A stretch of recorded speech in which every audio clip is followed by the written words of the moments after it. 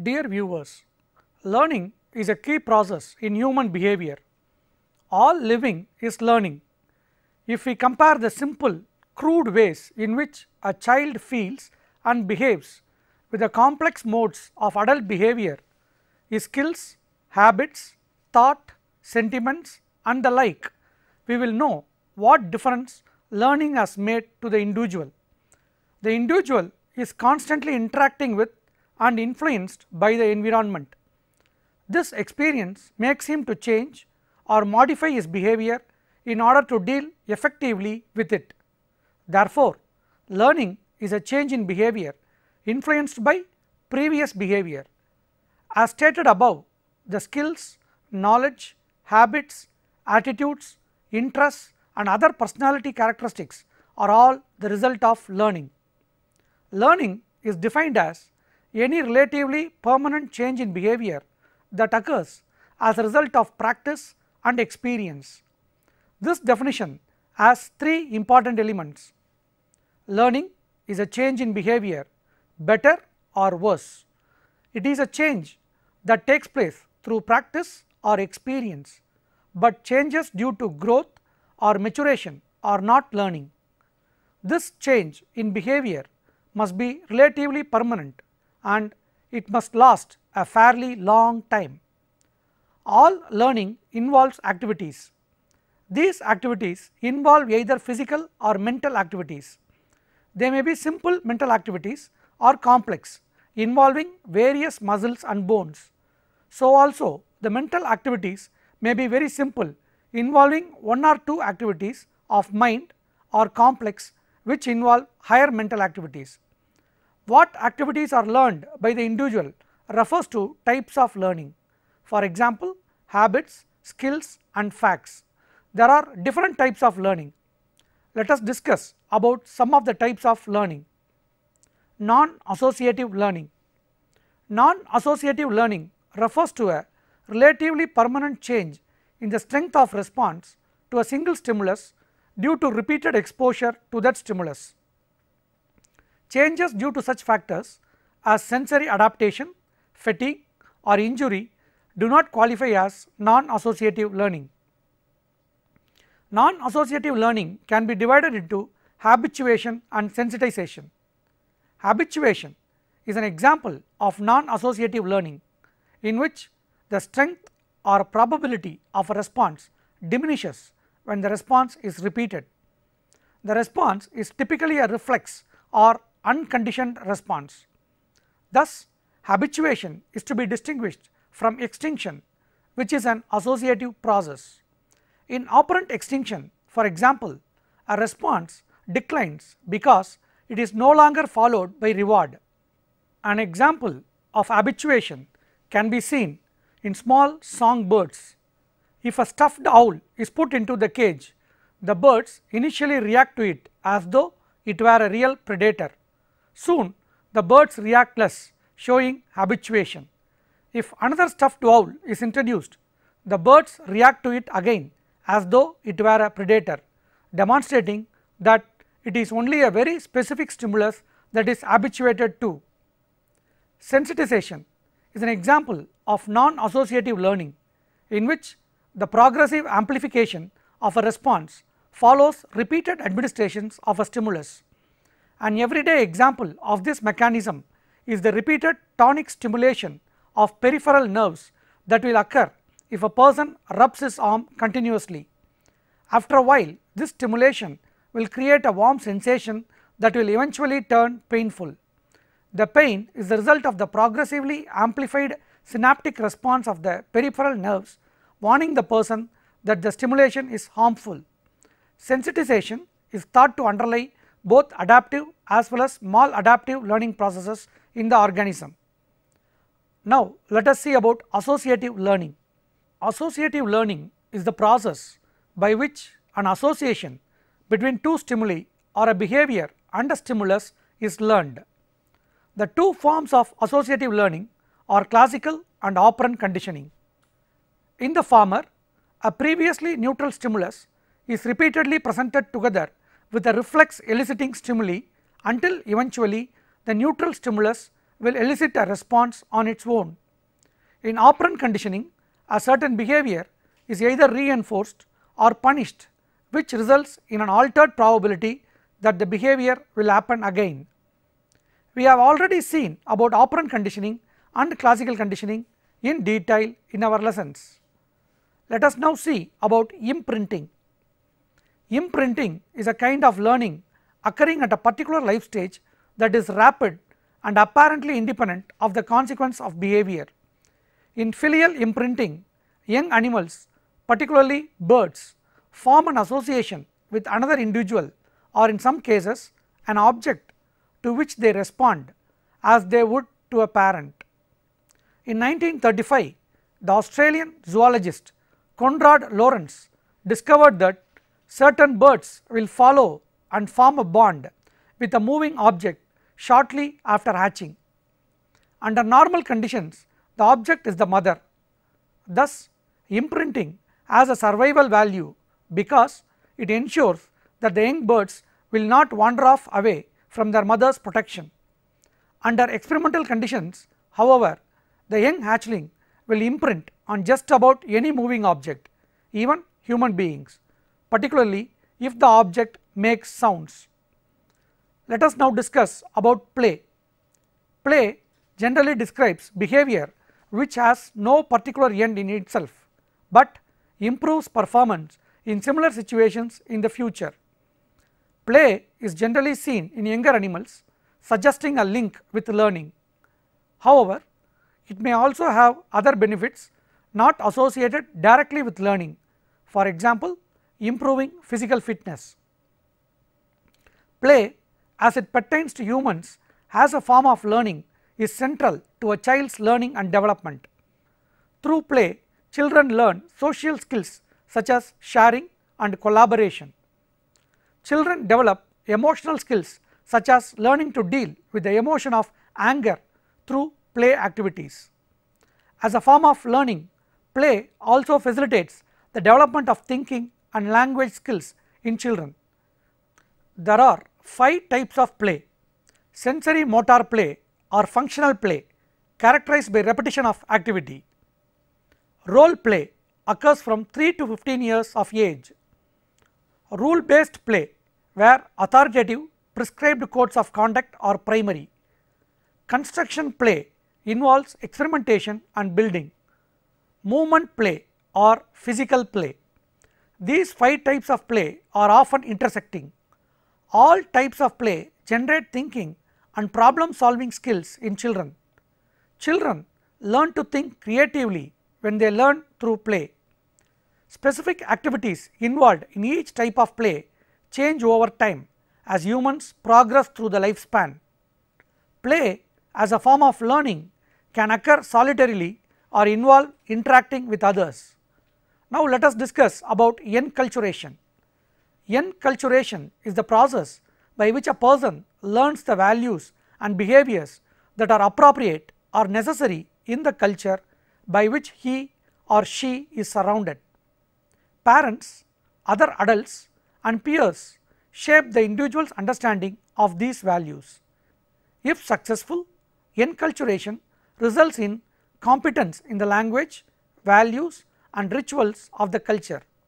This is different from acculturation, where a person adopts the values and societal rules of a culture different from their native one. Multiple examples of enculturation can be found cross-culturally. Collaborative practices in the Mahua people have shown that participation in everyday interaction and later learning activities contributed to enculturation, which is rooted in non-verbal social experience. As the children participated in everyday activities, they learned the cultural significance of these interactions. Next, let us see about episodic learning. Episodic learning is a change in behavior that occurs as a result of an event. For example, a fear of dogs that follows being bitten by a dog is episodic learning. Episodic learning is so named because events are recorded into episodic memory, which is one of the 3 forms of explicit learning and retrieval, along with perceptual memory and semantic memory. Let us see about multimedia learning. Multimedia learning is a form of learning supported by different sources of information, for example text and graphics, being handled jointly in order to understand and memorize a given content. E-learning and augmented learning. Electronic learning or e-learning is a general term used to refer to computer enhanced learning.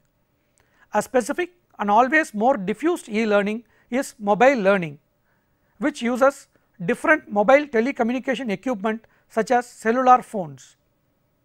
When a learner interacts with the e-learning environment, it is called augmented learning. By adapting to the needs of individuals, the context driven instruction can be dynamically tailored to the learner's natural environment. Augmented digital content may include text, images, video, audio. By personalizing instruction, augmented learning has been shown to improve learning performance for a lifetime. Moore purported that 3 core types of interaction are necessary for quality, effective online learning: learner-learner, that is communication between and among peers with or without the teacher present; learner-instructor, that is student-teacher communication; and learner-content, that is intellectually interacting with content that results in changes in learners' understanding, perceptions and cognitive structures. Rote learning. Rote learning is memorizing information so that it can be recalled by the learner exactly the way it was read or heard. The major technique used for rote learning is learning by repetition, based on the idea that a learner can recall the material exactly if the information is repeatedly processed. Rote learning is used in diverse areas from mathematics to music to religion. Although it has been criticized by some educators, rote learning is a necessary precursor to meaningful learning. Meaningful learning is the concept that learned knowledge is fully understood to the extent that it relates to other knowledge. To this end, meaningful learning contrasts with rote learning, in which information is acquired without regard to understanding. Meaningful learning, on the other hand, implies there is a comprehensive knowledge of the context of the facts learned. Let us see about informal learning. Informal learning occurs through the experience of day-to-day situations. For example, one would learn to look ahead while walking because of the danger inherent in not paying attention to where one is going. It is learning from life during a meal at table with parents, play and exploring. Formal learning. Formal learning is learning that takes place within a teacher-student relationship, such as in a school system. The term formal learning has nothing to do with the formality of the learning, but rather the way it is directed and organized. In formal learning, the learning or training departments set out the goals and the objectives of learning. Let us see about non-formal learning. Non-formal learning is organized learning outside the formal learning system. For example, learning by coming together with people with similar interests and exchanging viewpoints in clubs or in youth organizations, workshops. Now, let us see about tangential learning. Tangential learning is a process by which people will self-educate if a topic is exposed to them in a context that they already enjoy.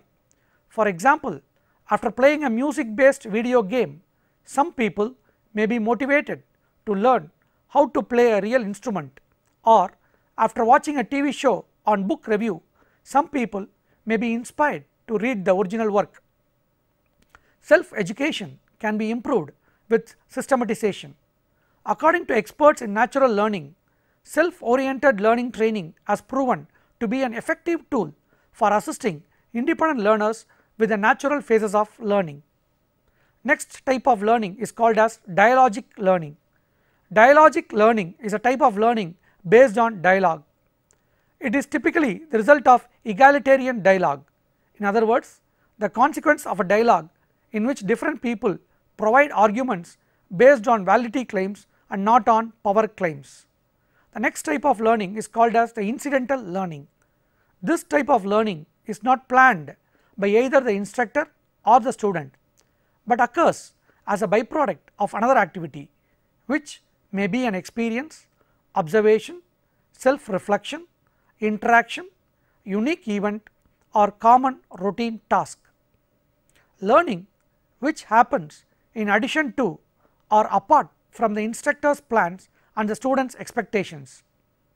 Incidental learning is an occurrence that is not generally accounted for using the traditional methods of instructional objectives and outcomes assessment. This type of learning occurs in part as a product of social interaction and active involvement in both online and on-site courses. The next type of learning is active learning. Active learning occurs when a person takes control of their learning experience. Since understanding information is the key aspect of learning, it is important for learners to recognize what they understand and what they do not. By doing so, they can monitor their own mastery of subjects. Active learning encourages learners to have an internal dialogue in which they are verbalizing their understandings. This and other metacognitive strategies can be taught to a child over time. Studies within metacognition have proven the value in active learning, claiming that the learning is usually at a stronger level as a result. In addition, learners have more incentive to learn when they have control over not only how they learn but also what they learn. Now, let us see in detail the techniques for effective learning. In a meta-analysis, that is a study analyzing other studies, the following techniques published several years ago, 10 of the most popular learning techniques were studied and their effectiveness were ranked. The methods were categorized as low, moderate or high in terms of utility in absorbing learned material. Some of the high efficiency learning techniques are discussed below.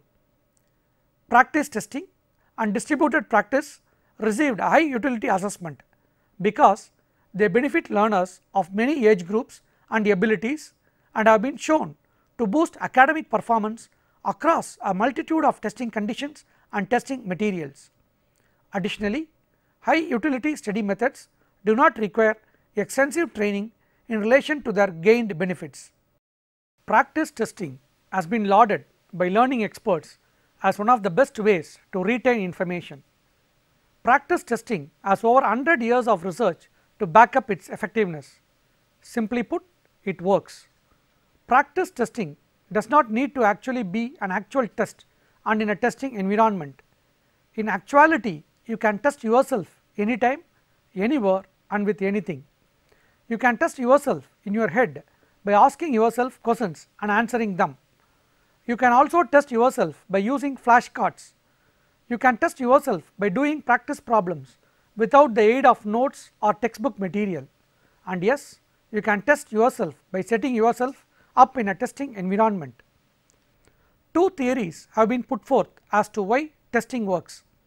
Testing enhances retention by triggering elaborative retrieval processes by accessing your long-term memory and retrieving associated information, and testing facilitates the encoding of more effective mediators via cues and targets.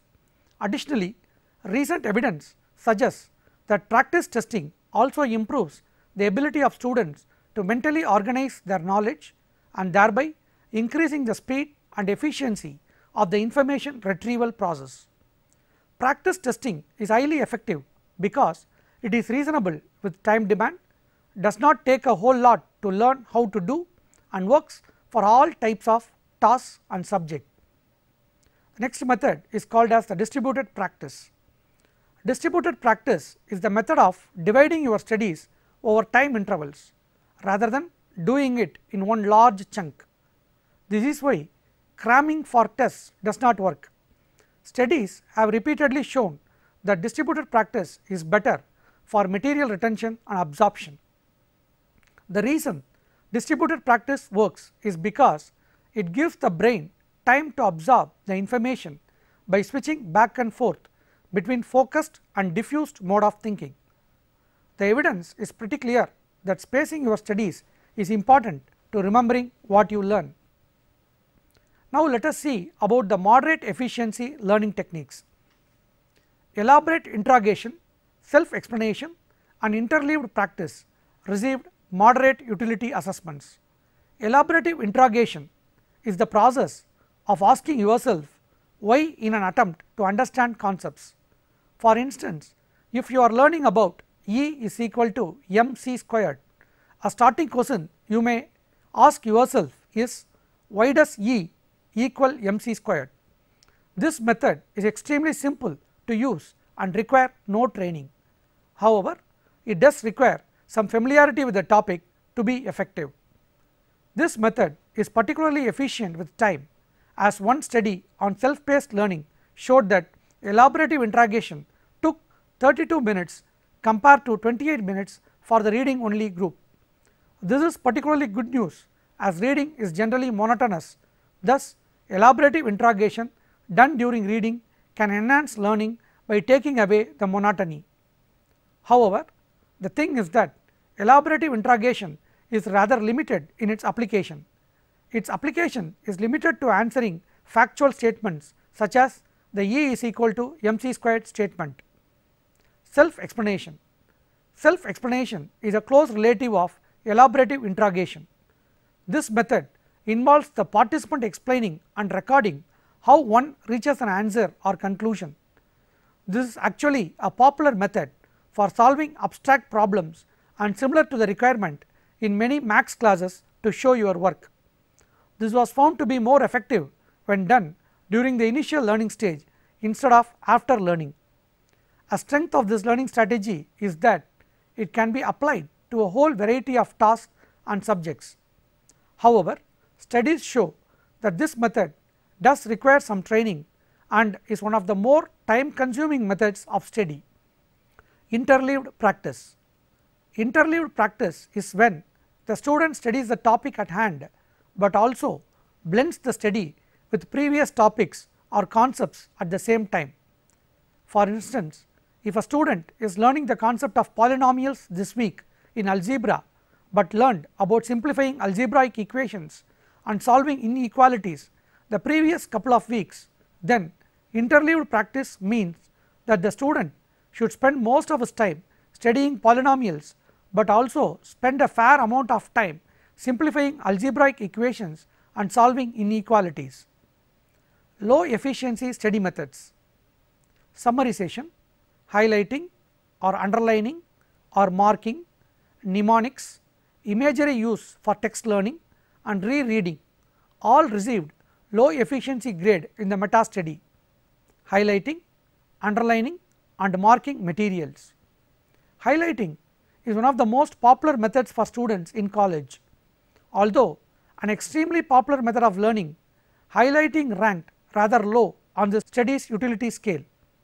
This technique is popular because it is very easy to implement and require very little training. Most studies analyzed in the meta-analysis showed no noticeable improvement in test scores by highlighting over simply reading the information. Although highlighting, underlining and marking materials is often paired with other methodologies of learning, the study evaluated highlighting on its own merit. Thus, the reason that highlighting does score a higher utility score on this meta-analysis is because of its effectiveness and applicability. Summarization. Summarization is pretty self-explanatory.